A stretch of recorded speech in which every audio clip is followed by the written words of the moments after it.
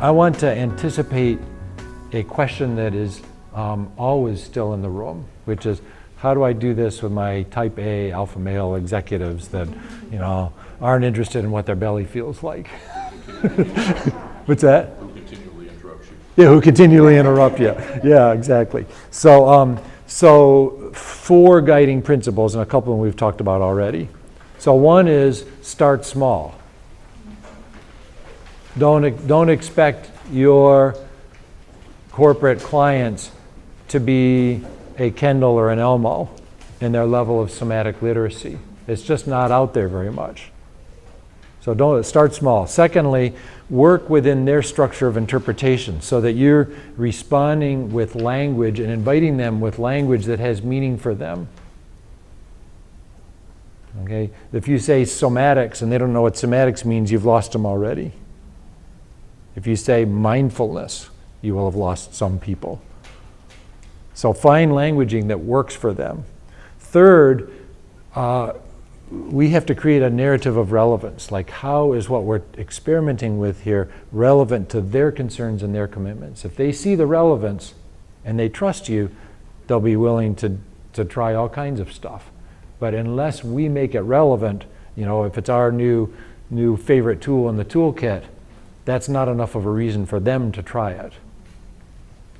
And then the fourth one, which follows from that, is don't underestimate where a client will be willing to go or what they'll be willing to try if they trust you and if they believe there's a possibility that it might be helpful to them. And so then the frame on that is, are you willing to try an experiment? I mean, most people, especially left-brain scientist engineer types, love experiments. So we say, let's try an experiment. You can be the scientist and the lab rat. You willing to try it? I say, sure. So I want to give a business example of this. And this was with a client I think I made brief reference to earlier that I use as an example a lot. In fact, I just submitted a book chapter with a case study on this person as sort of a thread that runs throughout. And this person had made a really bold commitment, like a paradigm shattering in the industry anywhere in the world kind of commitment, but she really needed her team to support her around this or it wasn't going to happen. And she was very charismatic and intelligent and she was also hypervigilant and sort of thought her house of cards was going to come crumbling down and was always looking for who is supporting her and who might be a threat to this house of cards. And so if somebody on her team in a meeting would throw out an idea, she would jump on it and she'd kind of make it hers with the intention of validating and supporting the person whose idea it was, but the effect was they felt disenfranchised from their own idea. And you could watch people suggest something, and when she, the leader of the team, took over the idea, they'd fold their arms across and sit back and got real quiet. And it happened over and over and over again. And her interpretation is, my team is not with me, they're not motivated, I need to put more energy into the system to motivate them. But in fact, the way she was putting energy into the system was disenfranchising. And her bell jar was, it's up to me, hypervigilant, I've got to make it happen, I've got to be more visionary, more charismatic, and more energetic. That was her bell jar. And you can see the sort of downward spiral that happens there. And so I did some assessment, we had some conversations face to face, and one of our first coaching conversations was over the phone.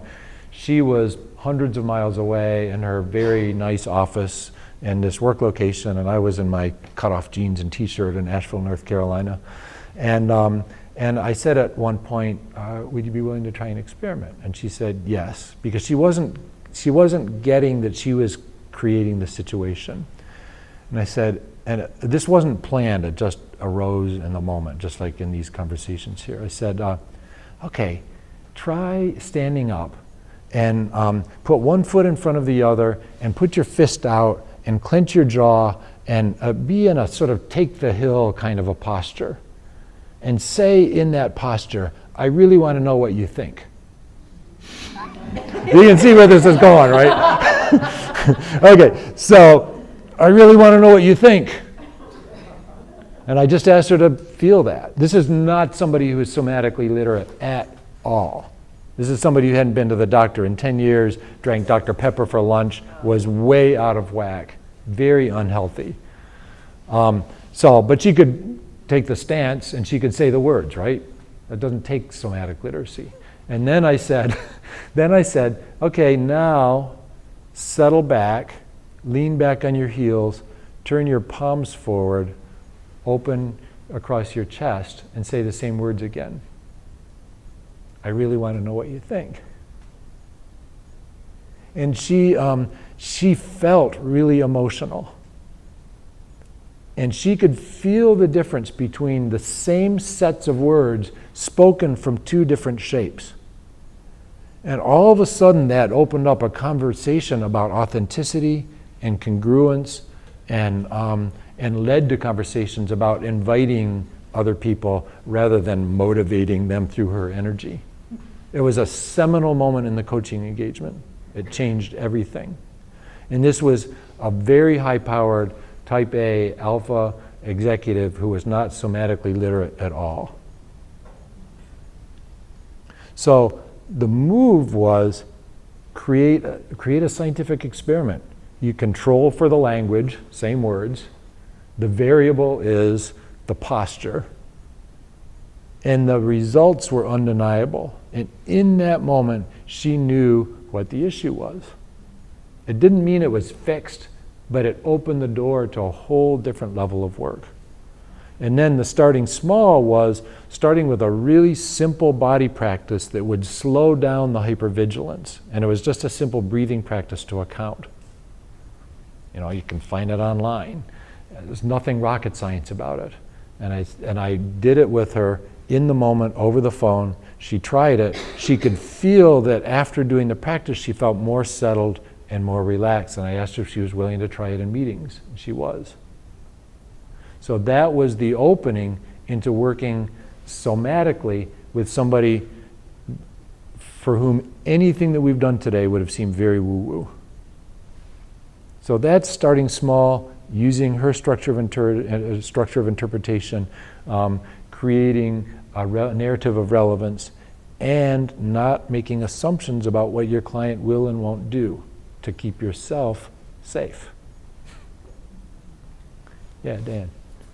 What was your fallback position if she had said, yes, so what's your point? Then I would have tried something else. Experiments fail all the time. There's no guarantee it would have worked. Yeah. I think anytime we make a coaching move, if we're present, we offer it with this lightness and spaciousness, and maybe something opens and maybe something doesn't open. And if it hadn't, it would have been, okay, that didn't work. And I would have probably not tried anything that was like that again in that session.